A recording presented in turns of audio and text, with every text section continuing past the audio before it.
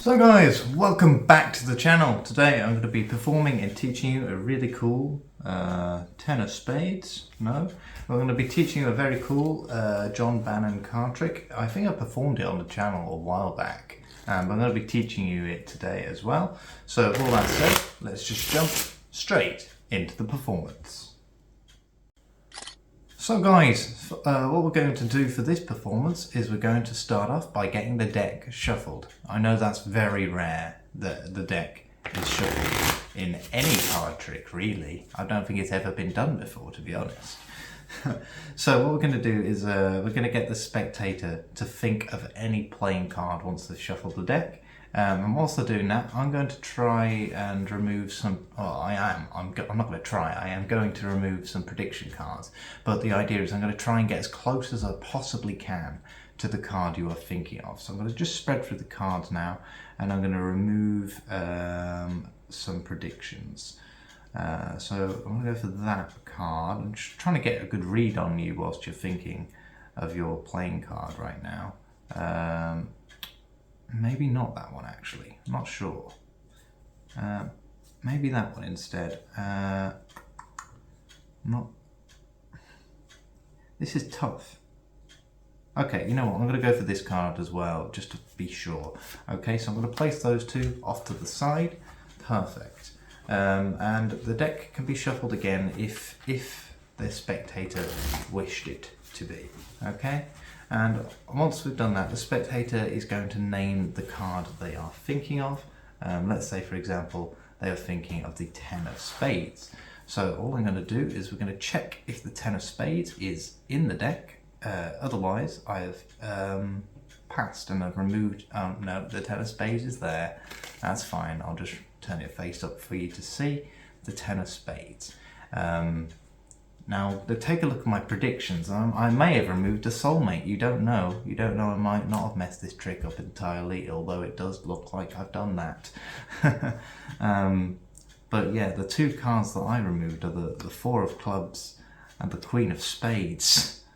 So yeah, they have absolutely nothing in common with your selection. That's a bit annoying. But I did say actually I was going to try and get as close as I possibly could to your selection. Now I could have meant that in a completely different way and in a different context entirely. If we take a look at the two cards that are either side of the 10 of spades, we'll just strip those out for now and take a look at what those cards are. If we take a look and see, we have a Queen of clubs, which is an exact match, and a 4 of spades, which is an exact match, which is as close as I possibly could have got, proximity-wise, to your thought-of selection.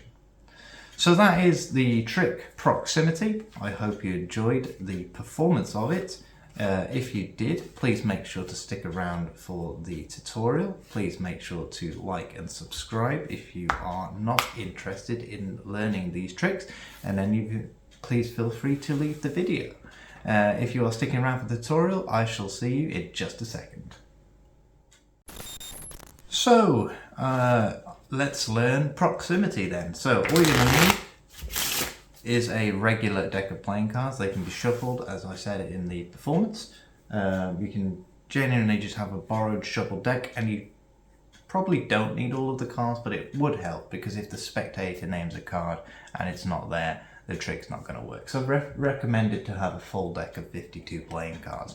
If you're interested in what deck of cards I'm using right now, I'm using Steve Gore's Flight deck. This is a marked deck of cards, but the trick does not require a marked deck of cards. I just wanted to use these because I've not used them in a video yet. So if you're interested in getting a deck of these, I'll leave a link in the description as to where you can get them. The marking system is pretty cool, but I'm not going to go any more detail about that because this is not a review video. So we're going to be using these cards, as I said. The deck can be shuffled. And the idea is we're going to be using the phrase, we're going to be trying to get as close as we possibly can to the spectator's card. That is the pattern of this effect.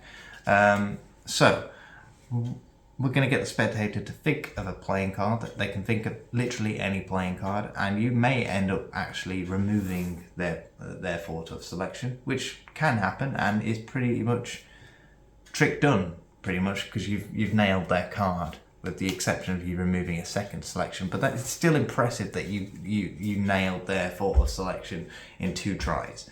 But you'll see what I mean in just a second. So the spectator thinks of a card, and we're removing 2 predictions whilst they're doing this. So what we're going to be doing whilst they're thinking of a playing card is we're going to be taking a look at the bottom card here. In this case, it is the 6 of spades.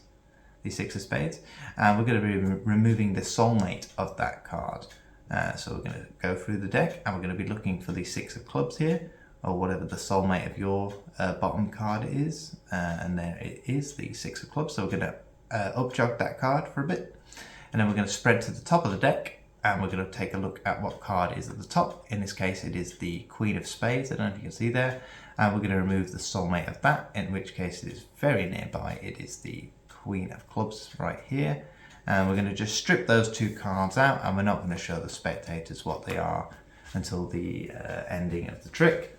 So we're just going to place those 2 cards off to the side, and the orientation of them, it doesn't really matter, but I prefer to have whatever the top card was, so the soulmate of the top card, I want that to be on the top, and the soulmate of the bottom card, I want that to be on the bottom. So in this orientation works best for me. It doesn't really matter, that's just a preferential thing. Okay, so once you've removed your 2 predictions, what we're going to be doing is we're going to be asking what card the spectator's thinking of.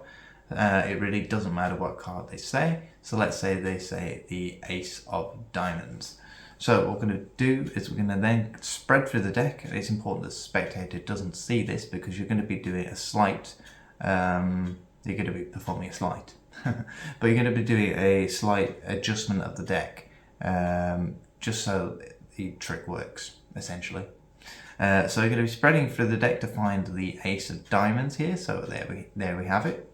And all we're going to be doing is, I cannot for the life of me remember the name of the maneuver that we're going to be doing, even though I just literally researched it. So I'm just gonna, if I remember to, I'm gonna leave it in somewhere on the screen. Maybe we'll see. You'll see what happens. I don't know what I'll do when I edit this video. Who knows?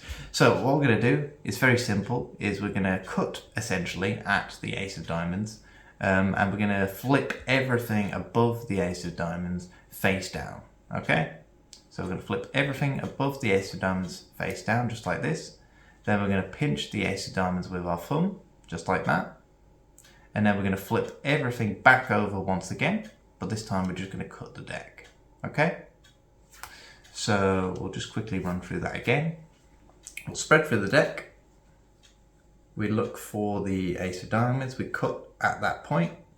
We flip everything over above the Ace of Diamonds. We push the Ace of Diamonds across, we pick it up with our thumb here as we flip everything back over and then cut the deck. Okay, so we're burying that Ace of Diamonds back in the middle of the deck here. But we've just cut the deck, so it realigns everything. So now the Ace of Diamonds is now going to be in between the 6 of Spades and the Queen of Spades, which are the soulmate of our 2 predictions, which is the ending of the trick. So now what we do is we say, oh, it looks like we failed, and we reveal the Queen of Clubs and the 6 of Clubs with the Ace of Diamonds here. It looks like we failed, but at this point you say, remember, I said I was going to try and get as close as I possibly could to your thought of selection. And I meant that in a completely different context, and you meant that in a proximity context. So now if we cut at the point and we take a look at the 2 cards either side of the Ace of Diamonds, we now have the matching 6 of Spades and the matching Queen of Spades. So that is how to perform proximity. I hope you enjoyed, and I shall see you in the next one. Goodbye.